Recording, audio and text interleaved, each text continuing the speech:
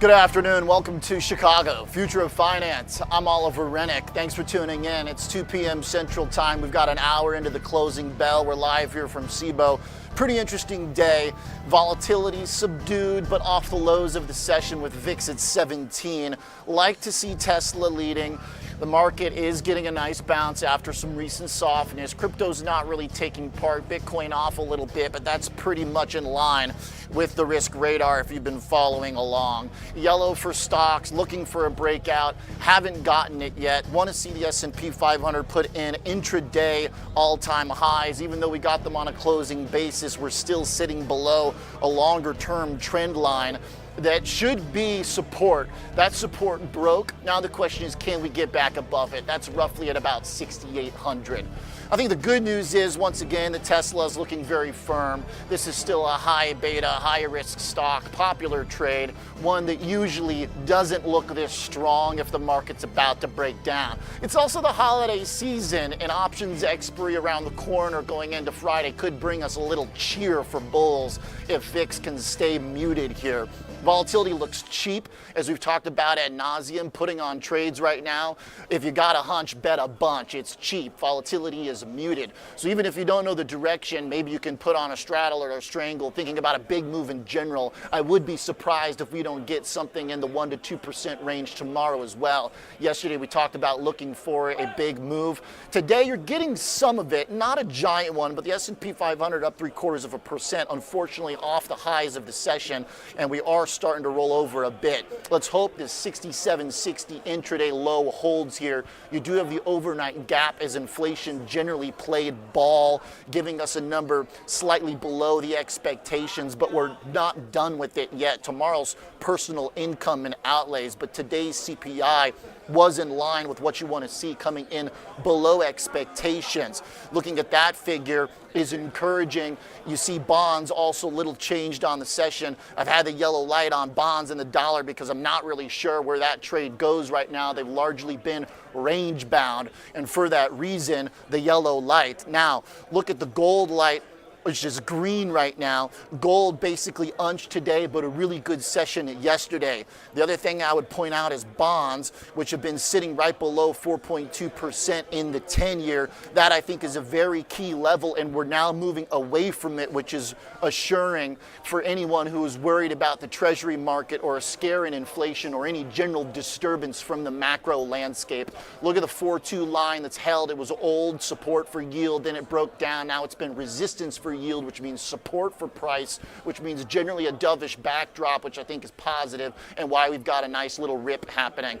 But look, the NASDAQ up 350 points in futures, 360 in the index. The NASDAQ is looking stronger than the S&P 500, and the semiconductors, which have been the key AI trade after putting in clear higher highs, are still sitting at higher lows as well on the chart. So generally I'm fairly encouraged, but it's not just about what I think, of course. It's a litany of great guests here on Chicago Future of Finance today. That begins with Mr. Noel Smith from Convex Asset Mgmt, but we will also be joined by Kieran Kirwan of ProShares, a now $100 billion shop for the ETP profile today, and a special guest, Paul Rowady from Alphacution, who is perhaps the market structure expert that's going to help explain everything that's happening behind us every day. Right now, let's go to Mr. Noel Smith joining me on the Zoom.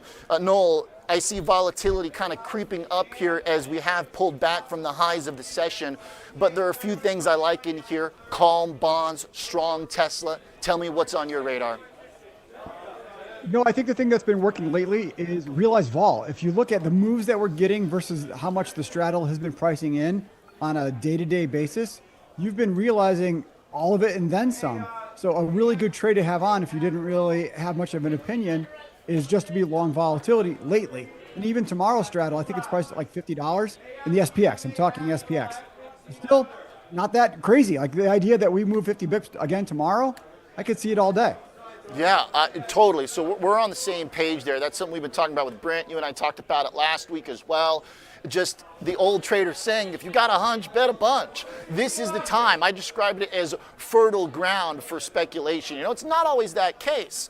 You know, when volatility's pumped up, you got to be a lot more careful about what type of premium you take on. But right now, that doesn't seem to be the case. It seems like if you've got a view, put it on. Absolutely. If you look at a bond vol, I mean, really, I could go down the list, but the only thing that really sticks out is metals vol. If you look Okay. at gold vol from an absolute and a relative basis, it's pretty high. I'm short some gold vol right now. It's been going fine, but it kind of chops around a little bit. Silver is a bit bananas. The skew is to the upside. So that's a tough one to really pinpoint perfectly. But vols in general are not that bid. And I think the best opportunity to sell vol would probably be within silver or gold. The gold chart looks like it's just itching for a fresh breakout. This thing is not to be messed with. Just incredible. The bugs just surviving, doing what they do despite whatever the equity market does. That's the GLD chart. But then you go SLV, and it's like a runaway train. So then if you say vol's pumped up here, how do I approach that from a perspective that also has this strong price uptrend intact? Well, you'd buy call spreads. So you can buy options that are at the money for a certain price, and because the skew is to the upside, the money call that you sell, say you do a $5 wide call spread, you can do a $5 wide in SLV right now for probably about $1.70. So then that's more than a 3.5 to 1 payoff ratio. That's pretty good. I'm going off memory, but I think that's pretty accurate. So if you look at skew, you'll see that it's really skewed to the calls. And the upside, the inverse of that is the put skew. The puts are lower than the calls, which is the inverse of what you typically would see in equities. If you want to continue to play SLV, I would rather do it with a call spread than just being long the underlier. Okay, I like that. So different from the stock market in that because there's been some volatility here, if you are going to be directional in nature, hedge it by selling something against your overall long position. Yes, and if you want to sell vol in SLV, just know that the skew is different. Not just different, but it's inverted from a typical equity vol. So it's a totally different game. I just look at the way the options chain lines up, and you'll see that jump off the page, so to speak. Okay, so if it doesn't then break down, Noel, in price, obviously the idea is you sell something against it so you're hedged a little bit. If it does rip, then does that mean you just hold it, whatever trade, whatever spread you put on, you expect to hold that to expiry? I don't ever. Okay. So I would say no, because what you're introducing then is you're taking it from a volatility trade to a gamma trade. So it kind of depends on where it is relative to where you put it on. But the idea that you just sell an option or buy an option and just wait for it to go to heaven, I usually don't do that. I would tend to roll things and keep it within the parameters that I think that is the trade. But just taking something, in the last 4 or 5 days to expiration, the gamma risk really starts to expand. And that trade can go against you, really fast for a janky reason. But I wouldn't hold something like that to expiration. Okay, got it. All right, so I love that because, we've been so focused on, do we get a Santa Claus rally? Do equities do this or that? I've also been thinking a lot about Bitcoin too. What does Bitcoin, the crypto world do? But actually, amid all of that, the most reliable and perhaps fun places to trade have been in the precious metals. Do you have strong thoughts on why this is happening, Noel? Or are you just kind of taking the price action volatility perspective? Don't ask questions about the fundamentals. Just understand how to trade it. Well, there's two answers there. So what do I trade? I trade based on the numbers, but I'm a person that uses words to communicate, but can't not think about why, even though I almost never make any decisions off of it. So if I were to guess why is silver, why is gold, why are precious metals moving, look at the largesse of the government. We're spending a lot of money. It looks like we're going to continue to spend a lot of money, but coupled with that, everybody knows that Trump he's a real estate guy. He doesn't want the 10-year to go crazy. So the presupposition would be something like, well, there might be yield curve control coming in. And then where else does this reckoning of accounts have to happen? Well, you might say that would come out of the dollar. And then that would be a gold positive trade. And then silver would get some kind of concomitant move with that. Because that ratio has been kind of lagging, silver's kind of getting its like Peter Schiff-esque day in the sun.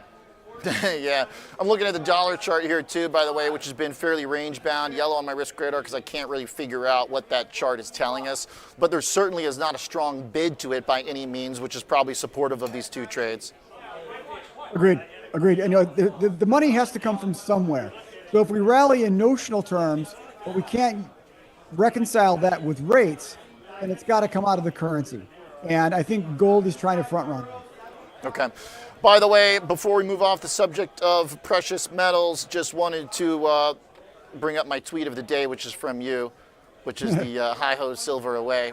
SLV, you called it a geezer reference, but I get it. But then again, I'm a little bit of an old soul. All right, so SLV is kind of the story right now of the town to some extent. You know, very impressive that it's been able to move the way it has. Noel, tell me about generally tomorrow for expiry and thinking about the calendar here. I've been sort of the view that the onus is on bears if they're going to make a move to do it sooner than later. I know that's kind of always the case, but it just seems like particularly with days off, potential for volatility crush, that, I don't know, if they aren't able to smash us into the close here, maybe tomorrow we expect a ramp. Tell me your mindset on the Friday and the calendar. Well, we have expiration, and then with that, a lot of options are going to be off the board. So the whole notion of, we're going to have a vol crush going into a holiday. The other side of that is there's fewer people around to make things go into a mean reversion mode. So you can actually get more volatility than you expect, which is exactly what I was saying in the beginning of this. Carrying realized volatility has been working. And if you look at a one-day straddle for the S&P tomorrow at 50 bips, do I think we could move more than 50 bips tomorrow? Yeah, absolutely. And then how it's priced next week, things are kind of normalizing. We're kind of going back into like a predictive state of normalcy and mean reversion. So I certainly wouldn't want to own a bunch of volatility, but I wouldn't want to be shorted down here either. Okay. With the days off for the holiday as well, tomorrow we do have a fairly big event with inflation, but I think today we got a little preview of that. This was the big week for data. We got a lot of numbers on the economy here. And when I look at bonds, they look calm. Speaking of normalcy, the dollars, we just went through that chart too. Pretty much unmoored by any of the data. To me, I find these things to be generally constructive. Yeah, and yesterday, we knew that Trump was going to speak last night, and I was looking at defense stocks, some oil names, and if you were, of the opinion that we're going to go to war in Venezuela, you might want to look at some of the names that the Maduro regime had kind of nationalized, and those get some kind of concomitant pop if Trump goes to war with Venezuela. So, but if you look at defense names, yesterday, nothing happening, no options activity that would presage some kind of a move ahead of that. And also some of these oil names that would probably be relevant, they weren't really trading much. So I wasn't really all that worried that we were going to, go into a war footing with that speech. And with that said, there's still activity, in the Caribbean. So I don't know, but I didn't think it was going to be that speech. A lot of activity everywhere on the social news and all that stuff this past week, largely for the negative. But markets, again, unfazed by it. The chart of crude oil, too, which has just been disappearing before our eyes, I feel like is something that is largely constructive for the inflation story, too. And again, I feel I've been validated because over the last year, anytime any of the geopolitical kind of like policy hawks and warmongers, for lack of a better term, I don't mean that quite as negatively as I do. A lot of people pay really close attention. They really get into who's attacking who, what's going on in the Middle East, all that stuff. My general take has been that has moved secondary to the amount of supply being created here in America and elsewhere, which I think helps also, prices maintain. I think the downtrend in crude oil has validated that view that like a lot of the geopolitical stuff you can just kind of put on second base. It's not really the main driver anymore. That is such a large, complicated web narrative. But you're right. The idea that, WTI, which is what we probably care the most about here, is down $20 this year. That's a lot. And what does that do in proportional effect on inflation? Well, oil touches everything. This shirt, those computers, and the trucks that got them. I hope the oil doesn't touch too much of the shirt. It might, though it's dark, so it might blend in a little bit. On mine, though, I'm screwed. I can't get it on the white. I know. Sorry, man. But the idea that, inflation is contained, the data supports that idea. Bond vol supports that idea. Stock vol supports that idea. Cross asset vol X metals supports that idea. So the narrative that we can continue to, look at a 25 or 50 rates cut next year, I say that narrative is intact. I agree. Well said. I got one more for you, Noel. This comes from you. tweet on dispersion, one of your favorite topics. This is the Cboe DSPX index. Tell me why this matters, what we're looking at here. I don't have anything to do with the DSPX index. What it really is the top 50 names, and it's showing you how dispersed or how correlated things are. So when dispersion is high, it goes up. When dispersion is low, it goes down. And it's just kind of, it was high for a while because you had a lot of these large cap names doing their own thing with kind of a mind of their own. And basically all of the indicators at X gold are kind of saying that things are stabilizing. Things are becoming more normal. It is okay to have risk on. And we do have risk on. And we're also short gold vol. Got it. Short gold vol, risk on, signs pointing to general calm in both the bond market and the dollar generally, and volatility if we can hang out here below 17, which we dipped back below during our conversation. Noel, thank you for your insight as always. I appreciate it very much. Thanks. Great stuff. Noel Smith, Convex Asset Management. When we come back, today's exchange traded profile is a massive $100 billion plus shop that's been in front of a lot of the major trends, from income generation to using options in funds, crypto and more. ProShares Kieran Kirwan joins me after the 2-minute innovator buffer break. A little competition. We'll be right back.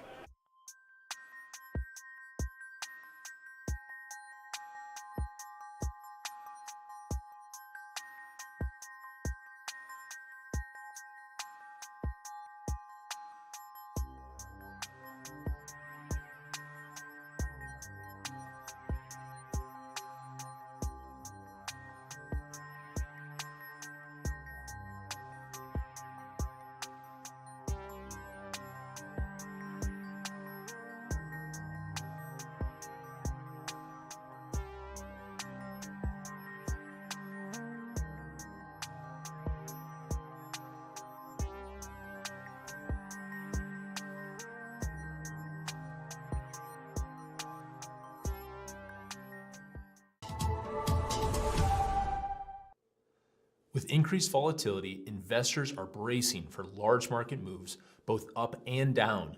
Will the market rebound 30%, or will we see a 30% drop? At the end of the day, uncertainty remains a constant. Innovators' floor ETFs are designed for volatile markets. They aim to position portfolios for market moves regardless of direction or magnitude. They are intended as a core equity solution, providing exposure to U.S. equities with built-in downside protection, seeking to deliver more than 70% of the upside and targeting a max loss of 8 to 12% annually. With specified levels of sought-after protection and upside participation, we believe the floor ETFs offer an evergreen strategy designed to allow investors to remain invested regardless of the market's direction.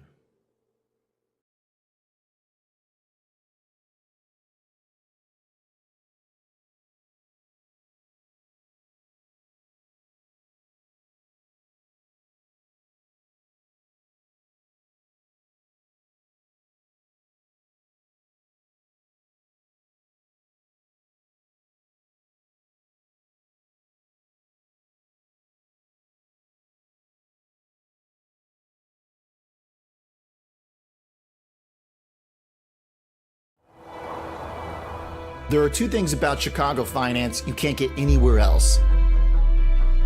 The first is kind of hard to miss. Everyone's trading options. Cboe is on a 5-year growth streak, making billions. And its goddess of grain sits atop the final pit of open outcry. And that's what it's all about. The chance to fend for yourself. A fortress for the self-made trader, and the only still standing in America. The second thing you may not know, but it's worth trillions. Chicago is the only major city in America that's home to 2 of the top 10 registered investment advisors, according to Barron's. That means a steady river of passive money and fixed income pouring into the city. If you think you can beat the market, this is where you do it. If you've got value, price will discover you here in Chicago, the future of finance. Join me, Oliver Renick, from Cboe, Tuesday, Wednesday, Thursday, into the closing bell, live from Chicago.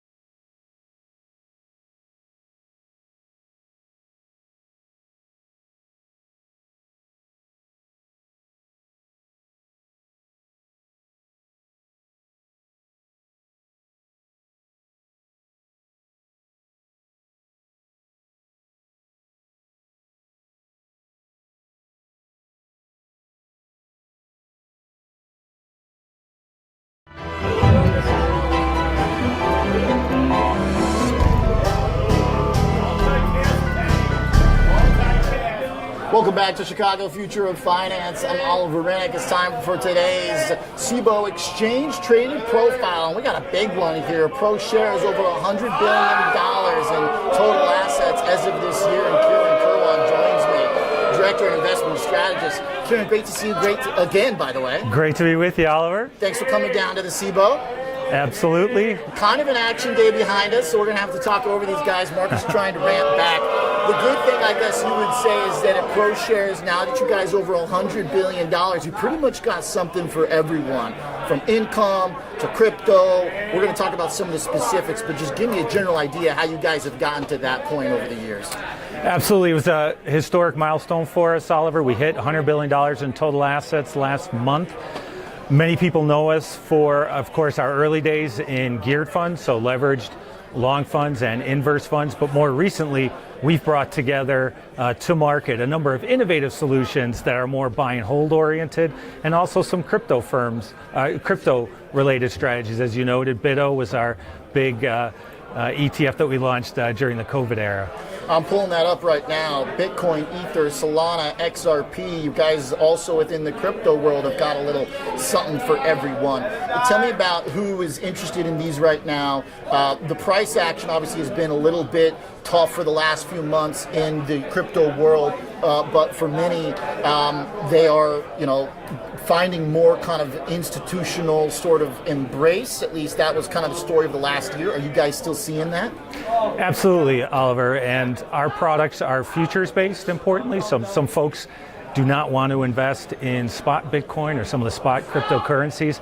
I think our futures-based products give them an alternative to that and provide a really attractive solution. You also got, if you want to short it too, you got the ultra short Bitcoin SBIT. That's right. All right. Express your market views in either way. There we go. That's what I love. This is also on the Bloomberg Bitcoin Index, as Bloomberg keeps pushing more into the index world. Where are you guys seeing the most interest across these? Do you get flows into kind of the second or third kind of tertiary? Obviously, I think Bitcoin's still number one, but when you got Solana, XRP, are you finding buyers of those? Where's the money coming in from? Yeah, so Cboe remains our headline product in the crypto space, but we also see some interest in the leveraged side of Bitcoin and some of the combinations products that we have between Bitcoin and some of the other coins. I think that's an innovative solution that we brought to market as well. Thinking about the kind of capacity for the investor to take on risk, one of the, I think, appealing notions of using options and having funds that use options for people is to take some of these very volatile products and package them in a way that is around income, more about stability. This has been a very competitive space. You guys are in the middle of that as well, using options to derive income. Who are you finding? How does that customer differ from the ones that just want, the bits? That's right. So the world of income, Oliver, is incredibly in demand right now. So over $100 billion have flowed into derivative income funds. Most of those products we would term to be traditional strategies. Those are utilizing monthly options or options that expire on a monthly basis with covered call strategies. Of course, investors know that there typically is a trade-off. You are trading off some of the equity market upside in exchange for a high level of income.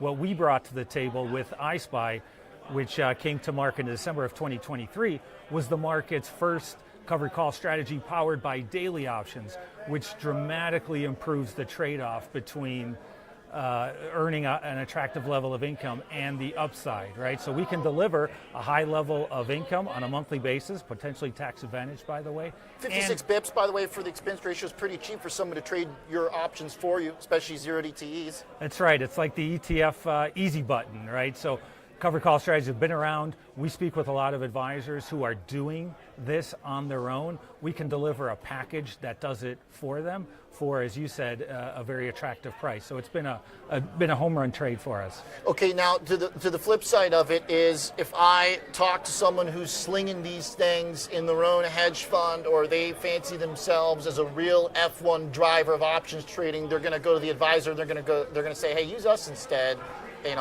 We can do something that's very customized. for your holdings, for your clients? What's kind of the response to that? If they go, hey, the ETF is nice, but it's maybe blocky, maybe doesn't fit perfectly the nice little Tetris piece of what somebody might own. What we find to be one of our most attractive features is this idea of consistency, of repeatability, of transparency. So yes, there are active players out in the options market.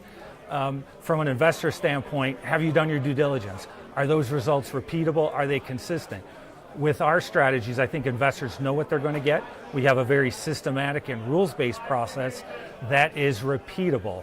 So we are going to write out of the money calls that's dynamic. We typically write between 1% to 5% out of the money. And that allows, again, investors to get index-based exposure on the equity long side, but have a repeatable and consistent process to earn a high level of income. The advisor community, where do you think they stand right now on options in general? Are they not using them? Are they misusing them? Where's the education process on that from your guys' perspective? So I think with any new technology, right, and with respect to bringing options into the ETF wrapper, there's a little bit of a lift in terms of education, right? With the myriad of products that have come to market, there's been an explosion of products. Some are offering very exotic types of strategies. Some are offering a little bit more plain vanilla. There's a whole world of taxes that investors need to understand how that income that's being generated from option strategy is going to be taxed. It's a little bit of the Wild West out there, so we're trying to do our part to educate advisors, not just on the features of the strategy, but when you get down to the income, what's it going to look like on an after-tax basis? And that's been a very important part. Big key part of it is taxes, especially the bigger portfolio people have. One of them that I think is always worth talking about is NOBL, the Dividend Aristocrats ETF, which is, when I think about kind of the world of maybe be careful with the use of the word options, but different parts of the portfolio, different dynamics, where people are going. The core trade is basically long big tech, right? The Mag 7, the concentrated index. A lot of people, that's where the puck basically stops, and they're happy with that. But then as we're talking about, you got people seeking income. You got people with crypto mindset. When I think about the dividend aristocrats, I do feel like there is still this demand of a traditional style of investor who goes, right, instead of using options to generate my income, why don't I just pick the right companies that are generating their own income with dividends? Is that the logic? Or it's a great point, Oliver, right? Dividends and dividend growth investing more specifically have been a little bit out of favor because everything has been all tech, high growth kind of stocks.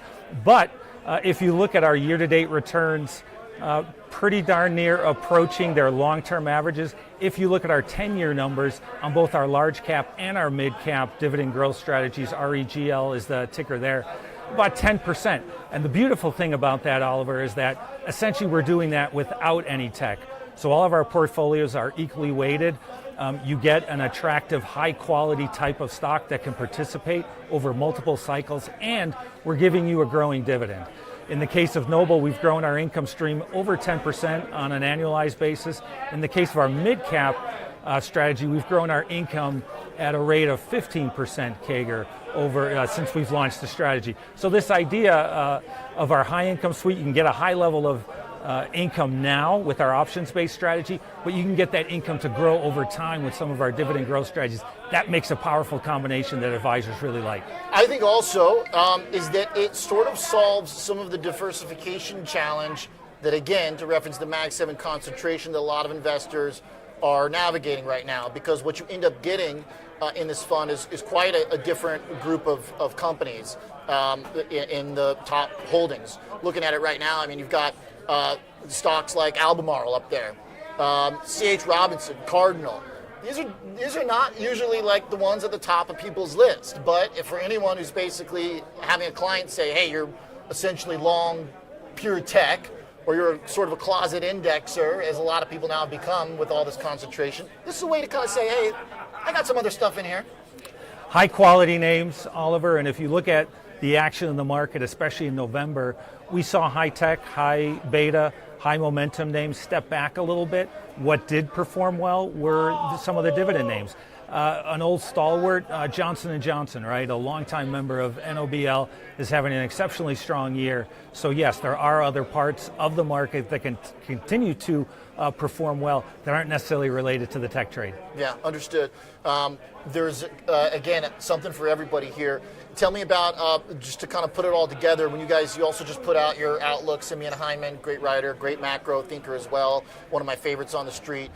Tell me how the overall kind of macro view dovetails into kind of your job on the exchange traded product side and what you think is going to make sense. The stuff that made sense this year is going to be the same stuff you're pitching to clients next year, or does it look different in your mind? Yeah, so we wrote our 2026 outlook recently, and we titled it Not a Replay of Y2K.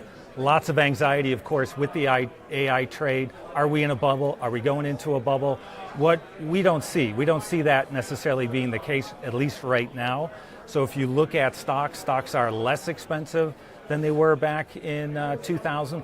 They're far more profitable, less leverage. We think stocks have a little bit of room to run here. Maybe not quite as strong of returns as we've seen over the last couple of years, but as the market begins to continue to diversify, we think, again, equities remain an attractive place to earn, not just attractive total returns, but a little high level of income that's going to grow over time. So we like that. We think that there are some pretty good opportunities, small and mid caps as well. Don't forget about your small and mid cap exposure. Looking good, by the way, lately. Small caps. Small caps have outperformed the S&P 500 since Liberation Day. So a lot of people suspect on the small cap trade, right? More small cap companies are kind of staying off the shelf, not going IPO until they're much more mature. But we think small caps, given where the Fed is on the easing cycle, historically they've done well, we know that. Their earnings trajectories is projected to be strong into 2026. If you believe analyst forecasts, you've got a lot less risk from a valuation perspective. Makes a lot of sense. I also have noticed that a few of the kind of troubled areas of the small cap world, namely the regional banks, have actually looked pretty good lately. They're kind of breaking out on the chart.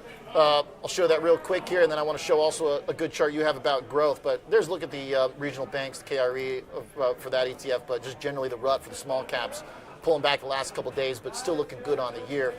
To your point about next year and the growth, to highlight one of your contributions to the report here, which is real GDP accelerating. This is a key point. I don't think a lot of people realize this, or they do, and it just gets kind of muted by a lot of cynicism that's emerged in kind of the, I don't know what it is, the social media world. Some people call it the K-shaped economy. I've kind of said we can narrow that gap if people just invest and bet on AI disruption through investment. But in the meantime, the actual economy is very much in solid standing right now. This is pretty impressive. Tell me about, do you think people know this? Do you think people are recognizing this, giving this credit for what it is? Well, given where consumer sentiment and in some respect where investor sentiment is, those they're pretty low lately. I think there are people suspect of what GDP is going to do. Now, if you look at it in totality, right, a lot of economists are still forecasting GDP on an annualized basis to be somewhere around 2% this year. What we've seen on a quarterly basis, right, so a more real-time look, is that estimates are inching higher. So Q2's GDP number, which we put up in our outlook there, 3.8% seasonally adjusted. That's pretty good. That was the third revision, and each of those revisions went higher. Highest in at least a year. That's right. Yeah. So we think obviously that's a good backdrop. If we continue to get strong earnings, that's going to create a pretty good environment again for equity investors into 2026. Yeah, especially today's inflation number came in light.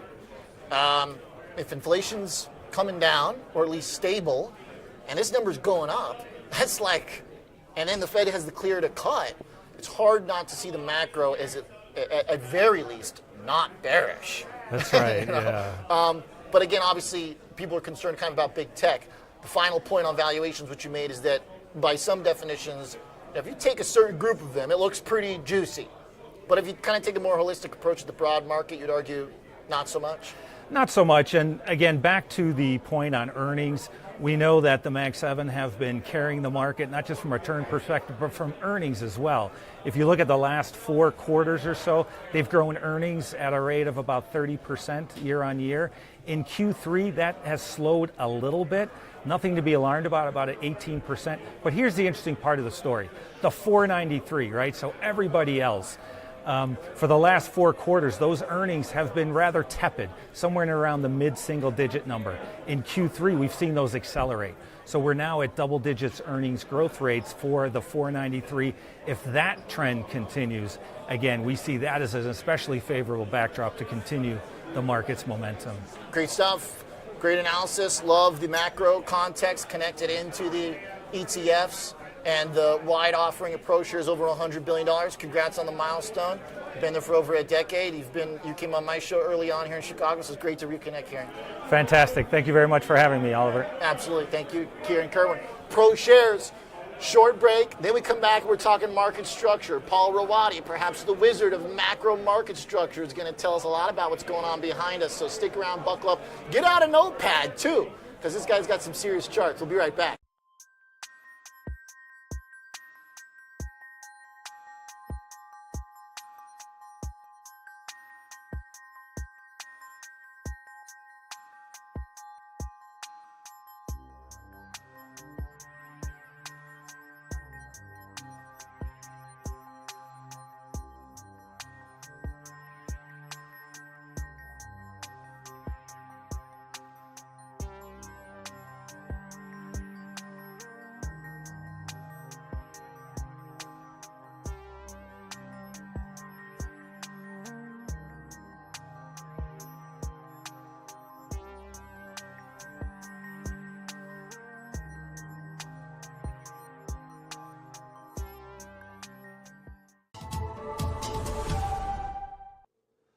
With increased volatility, investors are bracing for large market moves, both up and down.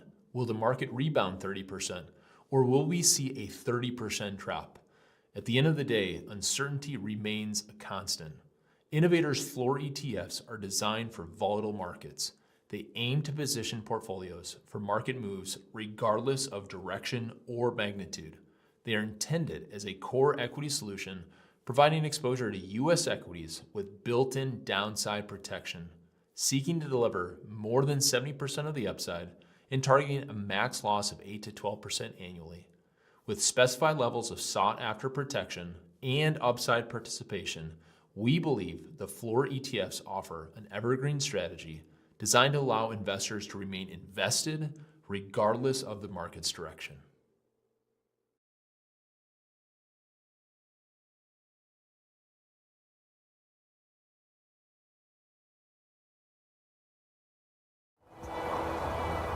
There are two things about Chicago finance you can't get anywhere else.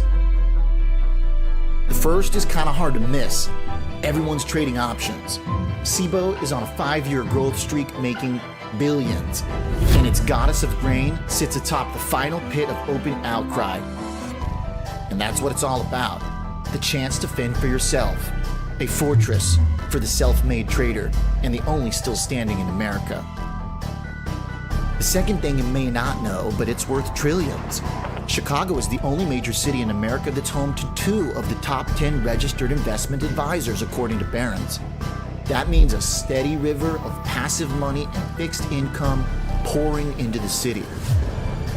If you think you can beat the market, this is where you do it. If you've got value, price will discover you here in Chicago, the future of finance.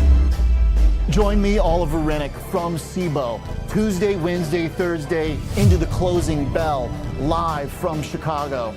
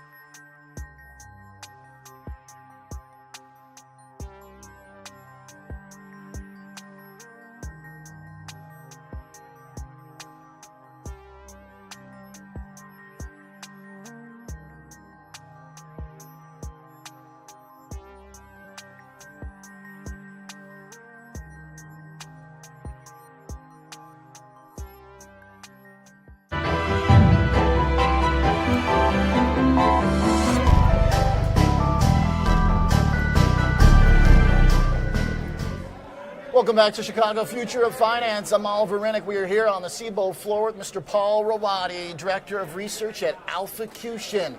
Great to see you again, Paul. Awesome to see you, man. Thanks for coming down. This is a reunion for us, as you came on my show when I first came to Chicago early on to talk about market structure. I feel like now, with what's going on behind me and doing the show from here, I should understand it a good bit better. But as I've described it, you really have a specifically unique view on things. You know the ins and outs of the plumbing, the infrastructure. Tell me a little bit about your background, what Alphacution does. Let's start there. Well, this is a double reunion, and thanks for the invitation. Absolutely. It takes a lot to get me out of my cave these days. I'm normally, solving puzzles, and there's an opportunity cost to leaving the cave. And you brought us some of those puzzles, which I told people to have their notepads ready. We'll get to that. But I started my career in this room in the spring of 1990 when it was O'Connor and Associates. Okay. One of the legendary prop firms in options of all time. And that's a credential that What were you doing there, mostly? I came in as a research analyst. Actually, the news and research desk was right here. Okay. Literally in this spot. There you go. I attended the morning meeting with the traders every morning. The question I got every morning is, what's the next catalyst? And not a whole lot about that has changed to today, other than just a mass amount of automation and a mass amount of complexity. How do you describe what's going on behind me in simple terms? Because you know what I've been amazed by is the Chicago bias of having lived here for a while. I've known this was here. Yeah. But then even when I go to New York, which is where I came from originally, I'll talk to people who are at top desks on Wall Street, and they don't know that this is happening This is sub-basement. I mean, this is way down into the plumbing. Right, but keeping it functioning, keeping the whole machine running. Well, basically. absolutely, because I believe this is SPX. That's correct. Right? VIX back there. So this is this space here is hedging. Okay, hedging constantly at sub-second intervals versus the deltas that are getting picked up in equities and options in the cash market. And this is the SPX, and that's going to be, these are bigger contracts than what you see in the ETF. And so these are institutions that have direct access. These guys are doing special multi-leg orders, which are more complicated, more difficult. Sometimes they're working, sometimes they're overseeing. And so what I've been able to do, and it's a word you don't hear, you hear market structure, but what I do is unique, is I do market macro structure. Tell me what you mean by that, because I like this term. Yeah. Because it combines some of my favorite things. Yes. Macro. Yeah. And market structure. But you're not trying to figure out like what GDP is doing. No, although that's a separate conversation, maybe a longer conversation, because I think we're heading into, if you look at the arcs of what's gone on over several years, we're heading into a very fruitful macro environment. Yeah, we were just talking about that. It seems right? not bearish right now. No, there's a ton of interest there. There's a ton of shift there. But imagine what I do is I model low-frequency data that's freely available, and I have a particular expertise where I model the contours of the trading strategies of the most influential and secretive players in the business. Yeah. So the market makers and the quant funds, all of which I used to be a part of. I was here with O'Connor in the prop world, in options. I spent the mid to late 90s with the Stat Arb group designing strategies and designing risk systems. And so I bring a unique perspective. Imagine that I've developed an independent blimp that looks over the field. Yeah. So some of these charts we're going to bring up. Yeah, in fact, I'm not going to spill too much of your secret sauce, but just to give people an idea of what's on Alphacution. Yeah. This is from July, U.S. equity market macro structure evolution. We're going to go through a few of the specifics here, but I just want to flip through to kind of some of these charts we're going to get into detail, but just to give an idea of the companies that you're monitoring. Robinhood, right? Absolutely crucial, critical, massive player, stock of the year, in my opinion. One of the most influential players of the last decade, maybe. Yeah. a lot of people that I used to work with as well from TD, basically defining, I think, the kind of opportunity set for people to close the K-shaped gap, if you will, by learning how to invest, participating in markets, making sure they don't get dusted by AI. The best way to not get beat by the robots, in my opinion, Paul, is to invest in the robots. Am I wrong or am I right? Well, there's a play there for sure, and there's some short-term opportunities and massive long-term opportunities. That is for sure. It's a question of strategy versus tactics. Right. And there's nuance in there, mass amount of nuance. Ultimately, this is it's the pervasiveness of technology in financial markets that causes the evolution. Yes, you have to be part of that, right? You have to try and ride that wave. Well, and it's difficult if you don't have the skills. Right. Right? Because the people who are working in these prop firms and quant shops are the brightest minds in the world. Yep. The fact that I can develop content and teach those guys something, because the people I write about are the same people who want to buy the research. Here's a fun one, by the way. I hope you don't mind. We're giving a free little taste here. Here's the chart of Interactive Brokers' share of U.S. stock market volume. You know, these are the types of things that you're looking at. So that spike is the the original meme stock craze. GameStop, right? Yes, that's GameStop at Interactive Brokers. I mean, nothing going on there. Fun. So, okay, we're going to zoom in on a few. By the way, this is the page I actually wanted to get to give an idea. Here are the companies that you're monitoring, that you are watching. And this, I think, gives a really good perspective because you've got your market makers, you've got your brokers. Obviously, you've got the giants, the Citadels, but then you've also got stocks in here. You've got Microsoft, NVIDIA, Alphabet, Amazon. Tell me how the Mag 7 fall into your research alongside these financial companies. Well, do you want to skip to that spiky chart that I show you? Sure. We can real time here. Yep. I got Go it back right to here. that spiky chart that I showed you, down a little bit. Okay. This. Right here. Okay. Reporting managers implied liquidity preferences. What is this? This is fascinating. In Q2, at the end of Q2, there are about 10,000 institutional reporting managers that have to file a Form 13F. Right, okay. So what I've done is model it differently than most other people. Is that the number of reporting managers on the y-axis over there? Yes. Okay. On the vertical? On the vertical, and on the horizontal, it's the number of long stocks that they hold. Got it, okay. So we obviously see some concentration between 1 and 500.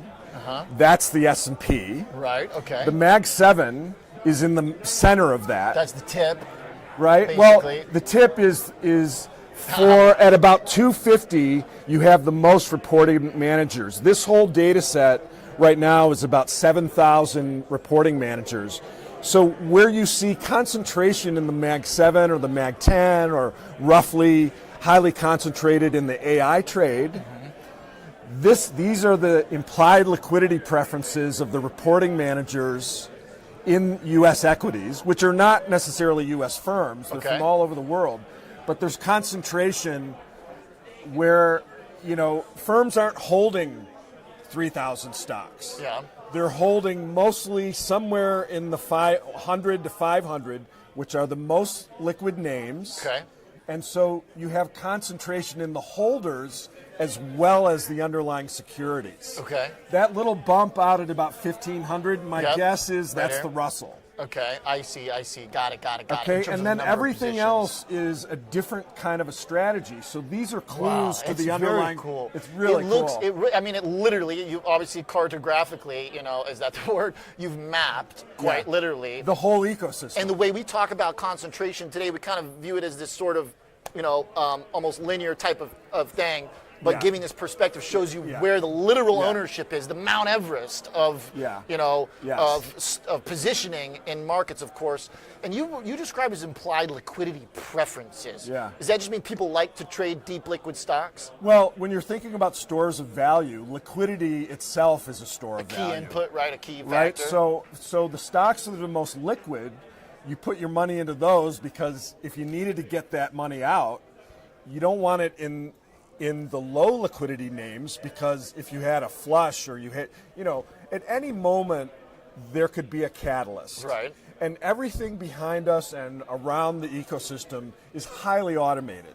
So if you get a surprise, it will be before, less than 100 milliseconds, bids and offers will disappear. That's what we saw on April 9th. That's what we saw with Oracle going, a huge company up 30%. Yeah. These are meltdowns and melt-ups because a catalyst causes the bids and offers to disappear before you can react. A lot of people look at this, and we talked about this earlier, just kind of, I don't know what it is today, but people just put a negative skew on things. People look at this and they go, this is scary, everybody's on the same tracks. I kind of look at it on what you said, and I go, if I'm a true price discovery capital markets purist, then I like the fast, pure moves and deep liquidity because it'll discover price faster. Now, I got to be able to take those turns and not crash my car with speed, but does this not mean that price gets discovered more quickly? Is it healthy or not, basically? Is it healthy or scary, Paul? It's concerning. Okay, so you lean on the concerning front? I think that... Because if one of these companies is like falsifying information or something, then okay, that's a big problem. That's a different category. Right. Okay, but what you have and what my charts will show you in this macro structure, I'm showing you a map of the field, right? If I've got a blimp, now the other prop firms have their own, over blimps, and they can see the field, they can see the players on the field, they can see the plays being set up, and their edge is the play that they're about to work. Okay. What I've done is set up an independent blimp. Now, mine isn't as fancy, but arguably it should give you a more holistic view, right? Well, it's independent. Okay. Like I'm not, I'm just calling balls and strikes the way that I see them. If I get something wrong, I like to correct the record. Clearly, I'm in business because I'm right enough where I'm able to help people with competitive intelligence, strategic intelligence, and what I call navigational intelligence, given the evolution of this market structure. Because a market is like a living, breathing thing. It will evolve. And technology over decades has had the most profound impact on the evolution of the market to the point, and here's a controversial thought, alpha at scale has been privatized. Okay. So your audience may learn to trade little names, specific names, and catch a move, catch a a pocket. Right. If they're surfers. Right. For the surfers or for the position traders, they want to catch a longer term move. But in terms of a business scaling, a persistent edge where you can scale up and build a business around it, that is largely privatized. Okay. The market makers have most of that, and the quant funds. Different temporal frequencies. The counterpoint would be the guest we just had on from ProShares would say that's why most people should just have an ETF, basically, because that's where history tells us they have edge, because they'll be able to be in that deep pool. I want to make sure that we understand kind of how you view the world, Paul, because this is kind of an interesting breakdown I thought I want to jump to, which is the participants, right? This is categorizing participants within the market. It's what I call the map. The map, okay, active, passive. So I just described the passive zone, basically, which is you're going in the direction the market goes. Yeah. And if you've got beta, then you're happy. You want the market to go up. Yeah, you're long. Yep. You're old school. You're traditional. Historically works, by the way. Historically works, and it will continue to work. It hope. just depends on what you pick. Right, okay. And that's where we get into another conversation about macro versus certain sectors. So the active zone, is that the surfers, kind of the pro-tail people that I know watch this show, or are those hyperactive? And So imagine at the left-hand vertical of this is your sources of liquidity, the exchanges, the dark pools, and so forth. Okay. The hyperactive zone, and this isn't to scale because the assets are all at the passive zone, but the turnover frequency is at the hyperactive side. Okay. So the hyperactive zone is structural alpha. That's bid-ask spreads, it's latency arbitrage, it's liquidity fragmentation, and some regulatory arbitrage between retail flows and institutional flows. those are mostly market makers, almost exclusively market makers in the hyperactive zone. Right. Those are, flat at the end of the day or roughly flat. Right. Where you get into active, those are your quant funds. Okay, so nice. they're Love that. mid-frequency, they hold overnight, so they have gap risk, they use fundamental data. It's not structural alpha, it's asymmetric alpha. Okay. Okay, it's the earnings, it's the addition to the index, it's the capital structure shifts, it's the FDA meetings. Okay. Yep. It's all those event-based events. traders. It's the question I got as an analyst every morning, which was, what is the next catalyst? Because vol traders... These are the Bill Ackmans of the world and such, yes. right? Whereas the hyperactive is going to be the guys who are monitoring, some of the guys who are monitoring machines back here, making sure they're even on the day. They made their money on basically collecting pennies over 1 billion times. Hyperactive is almost exclusively prop firms, very secretive, amazing technical infrastructure, market makers, and high-frequency trading. A lot of Chicago stuff in there. A lot of Chicago stuff. A lot of stuff in Chicago in that hyperactive zone. I'll pick a bone on the Bill Ackman, who tends to be more concentrated and discretionary. Okay. He's not running a mid-frequency like a DE Shaw or a 2 Sigma or some of the other pod shops that have mid-frequency 1 to 3 day turnover, trading the fundamentals, long, short. A lot of options, a lot of mid-frequencies are actually vol arb and dispersion trades. So that's exclusively the hedge fund world. Okay. When you get into closer to passive, that's where Ackman shows up, and the other activists who they might have 20 positions, but huge. I see. Right, huge, activist, discretionary, where they can make stuff, they can unlock value from different companies. That's not the same as what the mid-frequency guys are doing. All right, we got one more here because we're almost coming up on the bell. We got to jump at 2, but can you, buckle up, viewers, can you explain this next one, Paul, within that 2 minutes? Because we're going to take these 3 categories now, and we're going to, spread them in a totally different way, which is, this seems like these are the same categories, basically, that we just had to some extent, right? It's the overlay of the trader type, or the investor type. And it doesn't correspond exactly, because some of the prop firms have mid-frequency strategies. They're at capacity for their high turnover, high frequency stuff. Oh, here's the pro tail down here that I mentioned. Okay. Yeah, so that's basically interactive brokers. Yes, very much so. Okay. So and funny. again, I know this for a fact. Those guys are all we using could spend IB. all afternoon on this. Yep. But these are categories of investors based on strategy, based on infrastructure, based on turnover frequency. And this is the map that I see from the blimp that I've built independently of the firms, because they're not telling me. I'm just interpreting free, publicly available data, which is insane to say. Yeah. So the reddish is all the prop firms, and within that you have tier 1 all the way down to tier 3. Tier 1 is they trade the world, they're multi-asset class, they're often wholesalers. So a wholesale market maker is different than an ordinary market maker. That's a whole other conversation for your audience. The yellow is hedge fund land, where the first grid is really your mid-frequency guys. They're closer, they're higher turnover. The blues are your passive and your self-managed, right? So you're self-directed, your retail players who have lower scale, obviously. The top of that is your traditional asset managers that have hundreds of billions and trillions of dollars under management. Sure. They're all over the world. Yeah, BlackRock, etc. Tell me to shut up if we're getting to the... Well, we hit the bell. we could keep diving. We got to do a whole separate podcast on it, Paul. Really great stuff. We'll have to Such wait a cool another 8 years for you to drag me out of the cave. Hey, but worth it. Such a great perspective. A really good insight and such a key, helpful part of understanding kind of what's going on here, why we're here.